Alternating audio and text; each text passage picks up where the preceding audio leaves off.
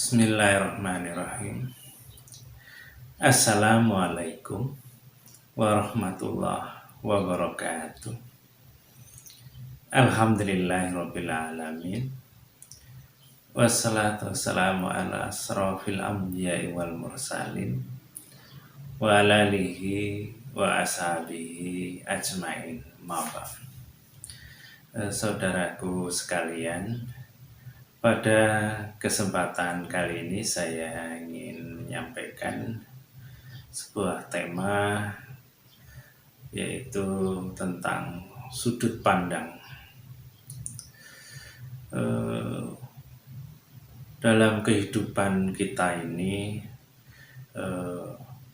banyak sekali masalah yang harus kita pecahkan atau kita selesaikan, baik itu dengan perbuatan ataupun dengan pikiran. Dan semua persoalan itu memang ya sebaiknya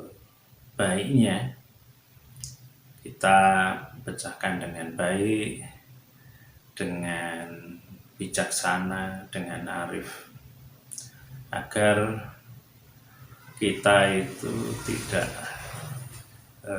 salah mensikapinya dan juga bisa berakibat yang kurang baik juga, baik untuk diri kita ataupun terkait dengan orang lain, tentunya seperti itu. Dan ini penting bagi kita untuk kita ketahui, agar jangan sampai kita itu menjadi salah atau dipersalahkan, atau menjadikan ada orang lain yang dirugikan atau terzalimi hanya karena kita juga salah memandang suatu persoalan, kemudian sehingga salah juga dalam menyikapinya. Insya Allah seperti itu. Umpamanya kita memandang orang lain ataupun mensikapi orang lain yang kalau kita itu di dalam hati atau pikiran kita itu sudah tertanam semacam rasa tidak suka atau berpikiran yang buruk, atau kalau istilah lain lagi, kalau kita itu memakai kacamata yang tidak jernih putih, tapi pakai kacamata yang buram ataupun hitam, maka memandang orang lain itu, walaupun orang lain itu mungkin cantik atau tampan, putih, tapi nantinya akan terlihat ya hitam. Cantik ya terlihat tidak cantik karena kacamatanya buram tadi. Dari gambaran itu, artinya siapapun juga akan seperti itu. Kalau kacamata dalam arti cara pandang kita itu tidak jernih, hati kita juga tidak jernih, ada kotoran, entah itu kotoran yang wujudnya kedengkian atau kebencian atau ketidaksukaan ataupun semacam kesombongan dan lain-lain sebagainya, maka ketika memandang orang lain, baik orang lain itu baik dan sebaik apapun orang itu, maka yang terlihat nanti tidak baiknya atau tetap ada catatnya, dan juga penilaiannya cenderung ya miring. Penilaiannya menunjukkan ketidaksukaan, tidak senang, dan cenderung mencela, meremehkan, mencibir, dan sampai senyumnya pun senyum sinis, senyum yang ya pahit, tidak enak dipandang. Biasanya seperti itu. Maka ini juga menjadi gambaran kepada siapapun, termasuk kita sendiri. Kalau kita itu memandang atau menilai atau mengomentari orang lain, kalau di dalam hati dan pikiran kita itu ada kotoran, dan semakin kotoran itu semakin banyak, biasanya semakin kelihatan orang lain itu semakin buruk di matanya menurut pandangannya, walaupun sebenarnya tidak ada. Tapi persoalannya memang bukan pada orang yang dipandang ataupun yang dikomentari, tapi persoalannya pada diri kita atau siapapun yang memandang orang lain tadi.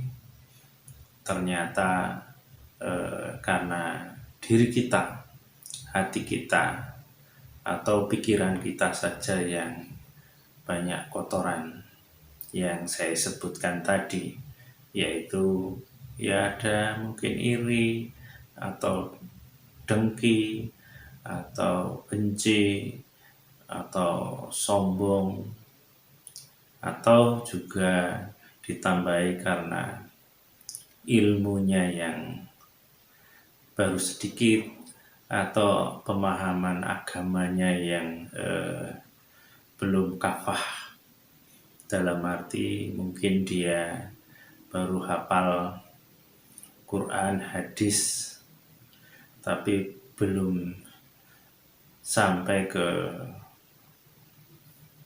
pengamalannya, aplikasinya. Boleh jadi seperti itu.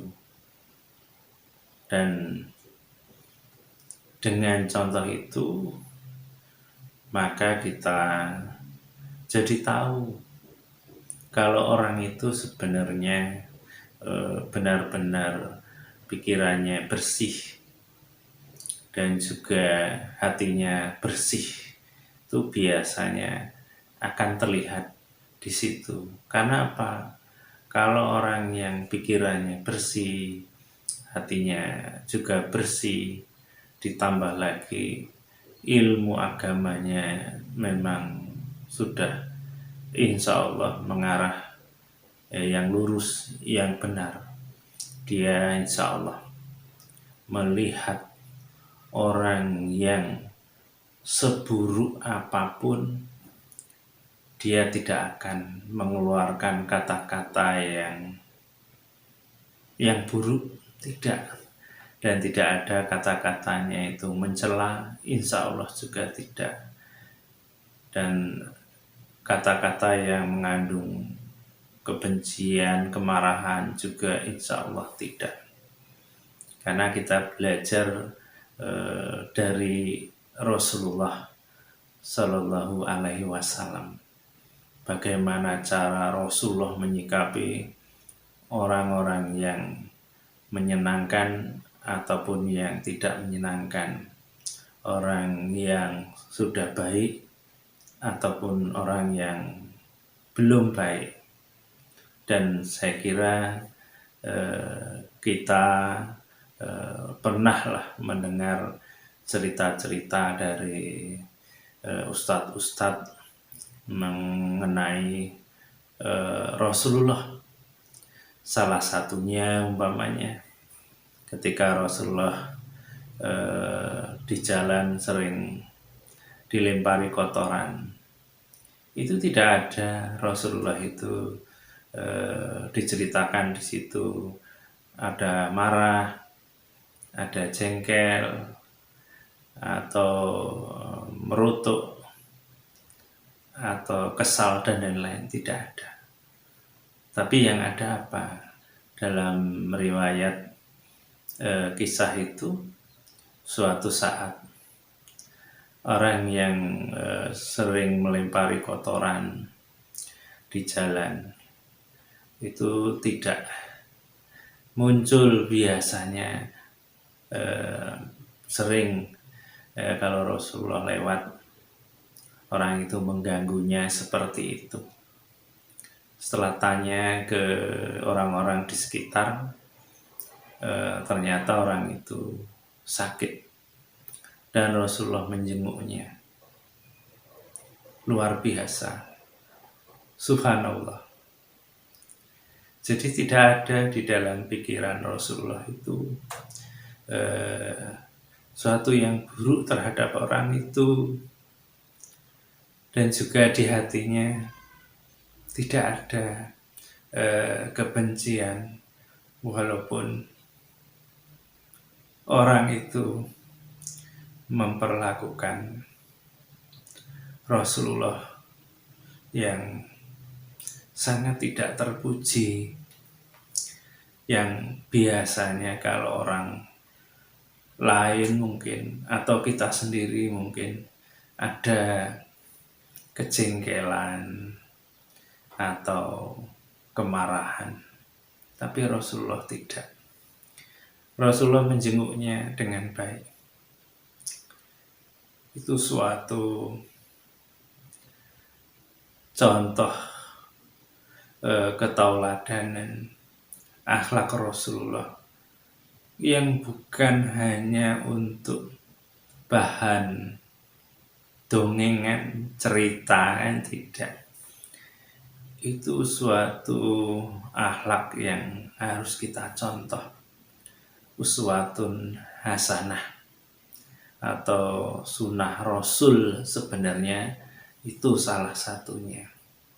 Bahkan kalau kita coba pahami lebih baik lagi, istilahnya kalau di Al-Quran itu kan, kalau kaitannya akhlak dengan orang tua, ada ayat yang mengatakan wala taqul lahuma uff, yang artinya janganlah kamu itu mengatakan kepada keduanya, yaitu orang tua, dengan yang itu artinya apa? Berkata saja dengan orang tua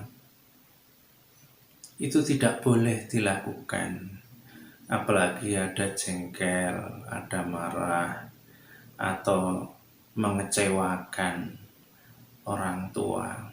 Itu artinya seperti itu. Dan kasus yang hadis tadi tentang riwayat Rasulullah, bahwa Rasulullah dulu pernah diperlakukan tidak baik dengan seseorang, tapi Rasulullah tidak membalas perilaku itu dengan sesuatu yang buruk, tapi membalas dengan kebaikan. Atau kalau ayat yang lain itu ada ayat yang bunyinya idfa billati hiya ahsan, balaslah dengan yang lebih baik. Jadi Rasulullah membalas orang yang melakukan keburukan kepada beliau dengan yang lebih baik. Dari hadis itu, dari kisah itu sebenarnya itu bisa digunakan dalam banyak hal, banyak persoalan di dunia ini. Kaitannya juga antara kita dengan sesama, dengan saudara seiman, dengan orang lain yang juga belum beriman.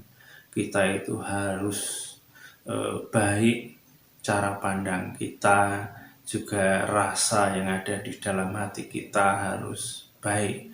sehingga itu akan terlihat nantinya di antaranya dalam berbicara, cara mengungkapkan perasaannya atau pemikirannya dalam segala persoalan. Dan itu yang harus juga kita amalkan sebenarnya dalam kehidupan sehari-hari, karena itu juga sunnah Rasul. Jadi sunnah Rasul itu bukan hanya sholat sunnah, kemudian puasa sunnah umpamanya, terus pakaiannya yang bersorban umpamanya. Tidak hanya itu, tapi yang saya sampaikan tadi itu bukan hanya sekedar sunnah yang diartikan kalau dilakukan berpahala, kalau tidak dilakukan tidak pahala, atau ada yang mengatakan kalau tidak dilakukan rugi. Bukan seperti itu. Ini sunnah Rasul, sesuatu yang dilakukan Rasul yang juga harus kita lakukan, yang mengarah wajib. Kita itu berbuat baik kepada orang lain itu kan wajib. Kita itu berpandangan baik, tidak berusangka, itu juga wajib, bukan sunnah. Dalam arti yang saya sampaikan tadi, kalau dilakukan baik berpahala, kalau tidak dilakukan tidak apa-apa. Bukan, ini harus dilakukan. Dan inilah yang harus kita tanamkan dalam diri kita. Ada sebuah sunnah Rasul yang wajib kita lakukan dalam kehidupan kita sehari-hari kepada siapapun, kepada orang-orang yang ada di sekitar kita, keluarga kita, juga orang yang jauh, orang yang baik beriman ataupun tidak, harus kita sikapi dengan baik seperti yang dicontohkan oleh Rasul tadi, termasuk ketika Rasul dakwah di Taif juga demikian. Orang itu belum beriman, orang itu malah mengusir, melempari Rasulullah. Tapi Rasulullah tidak marah, Rasulullah tidak kesal, tidak jengkel, dan Rasulullah berkata yang baik, karena dianggap mereka itu ya karena belum tahu saja. Dan Rasulullah mendoakan dengan baik. Subhanallah. Itulah yang harus kita lakukan.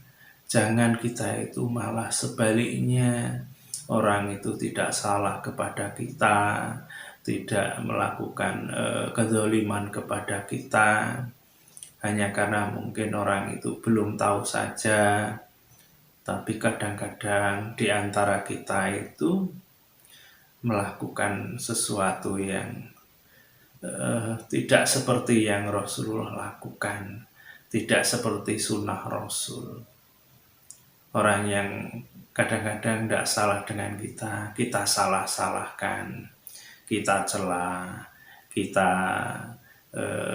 remehkan, atau kalau bahasa yang maaf agak kurang enak sebenarnya didengar, ada istilah nyinyir umpamanya. Ada orang begini-begini dinyinyirin umpamanya. Nah itu ya, naudzubillah, janganlah kita itu jadi orang yang nyinyir, tapi jadi orang yang selalu yang kita lakukan kepada siapapun itu baik. Setiap bicara itu yang keluar itu kata-kata yang baik. Kalau ada orang yang belum baik ya memaafkan, dalam arti atau contohnya mungkin ya, oh dia itu mungkin belum mengerti, ya sudahlah maafkan saja, ya kita doakan. Mudah-mudahan suatu saat orang itu tahu terus berubah menjadi baik kan. Paling tidak seperti itu. Jangan kita itu orang yang sudah baik, walaupun juga memang namanya manusia kan tidak sempurna, pasti adalah ya salahnya. Tapi jangan sampai kita itu ada orang yang baik tadi hanya kerjaan kita mengorek-ngorek, mencari-cari kesalahannya di mana. Kalau sudah ketemu terus kita istilahnya cela, kita hujat, kita remehkan, atau kalimat tadi kita nyinyirin umpamanya. Jangan seperti itu. Karena kalau kita seperti itu, ingat sebuah ayat di dalam surat Isra itu yang bunyinya in ahsantum li anfusikum fa in asatum falaha, yang artinya kalau kamu itu berbuat baik, sebenarnya kebaikan itu akan kembali kepada dirimu sendiri. Dan jika kamu berbuat yang buruk, itu juga sama akan kembali kepada dirimu sendiri. Kira-kira terjemahan bebasnya seperti itu. Artinya apa? Kalau kita itu salah satunya tadi menjelek-jelekkan orang, mengomentari yang gak enak tentang orang, sebenarnya itu yang saya ketahui ada dua paling tidak yang saya ketahui. Yang pertama apa? Ketika kita menjelekkan orang, mencela orang, itu sebenarnya sesuatu yang salah, dosa, dan dosa itu tidak akan mengenai orang yang kita cela, tapi akan kembali kepada siapapun yang menjelek-jelekkan itu, yang mencela, yang merendahkan, yang nyinyirin tadi. Insya Allah. Yang kedua, kalau kita itu melakukan seperti itu, sebenarnya tidak usah dosanya, tapi nampak dari diri kita itu sebenarnya terlihat bahwa kita itu belum baik, bahwa kita itu masih banyak salahnya, masih banyak kotoran di dalam pikiran dan hati kita, masih banyak bisikan-bisikan setan yang bersemayam di dalam diri kita, yang mengipaskan hal-hal yang buruk tentang orang lain. Jadi seperti itu. Maka kalau kita itu ingin baik, salah satunya adalah coba periksa, perhatikan bagaimana kita itu berbicara mengenai orang lain di antaranya. Nanti akan tahu saya ini sebenarnya baik atau tidak. Itu nanti terlihat bagaimana mengomentari orang, mengomen saudaranya sendiri. Karena dari awal kan juga saya sampaikan, kalau istilahnya itu cara pandang itu sangat pengaruh terhadap diri kita. Kalau kita itu cara pandangnya kepada orang lain itu tidak baik tadi, boleh jadi ya kacamatanya tadi yang buruk. Tidak ada kacamata yang jernih atau kacamata seseorang yang penuh kasih sayang, merasa itu saudara seiman dan lain-lain. Karena kalau kita menganggap bahwa itu saudara kita yang seiman, yang seperti dalam sebuah hadis yang mengatakan tidaklah orang itu dianggap orang yang beriman yang sesungguhnya sebelum dia mencintai saudaranya seperti mencintai dirinya sendiri. Cobalah bayangkan, renungkan, kalau kita dikatakan oleh Allah dan Rasulnya itu orang yang benar-benar beriman, itu dia mencintai saudaranya seperti mencintai dirinya dia sendiri. Jadi umpamanya kalau diri kita itu tidak suka, tidak senang diremehkan, direndahkan, dibuka aibnya, ya kita ya jangan merendahkan saudara kita yang lain atau meremehkan, apalagi ditambah dengan rasa seneng kalau bisa mencela itu dengan gaya senyum yang ya ndak enak umpamanya. Itu sangat tidak sesuai dengan hadis Rasul tadi.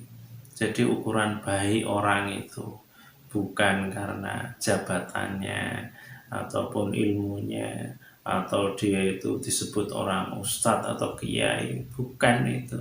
Tapi dilihat dari bagaimana dia itu menyikapi persoalan yang terkait umpamanya dengan orang lain.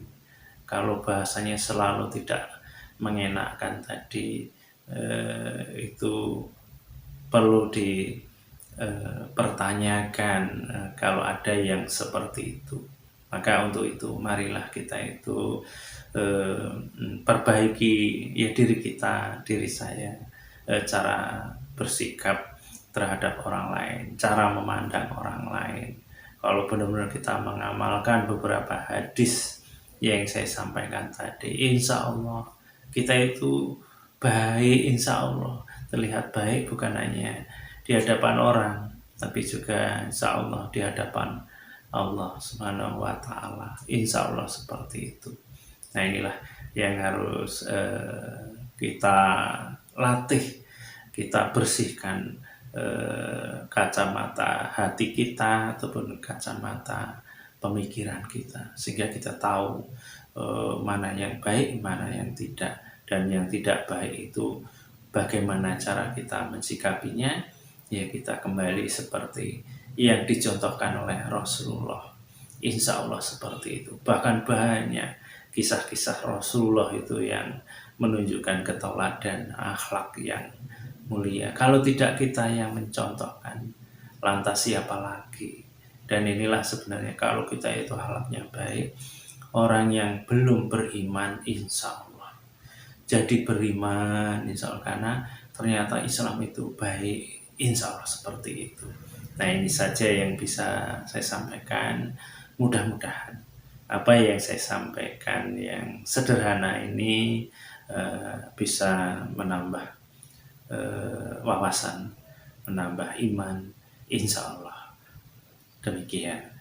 Kurang lebihnya apa yang saya sampaikan ya saya mohon maaf, dan kepada Allah mohon ampun. Akhir kalam. Assalamualaikum warahmatullahi wabarakatuh.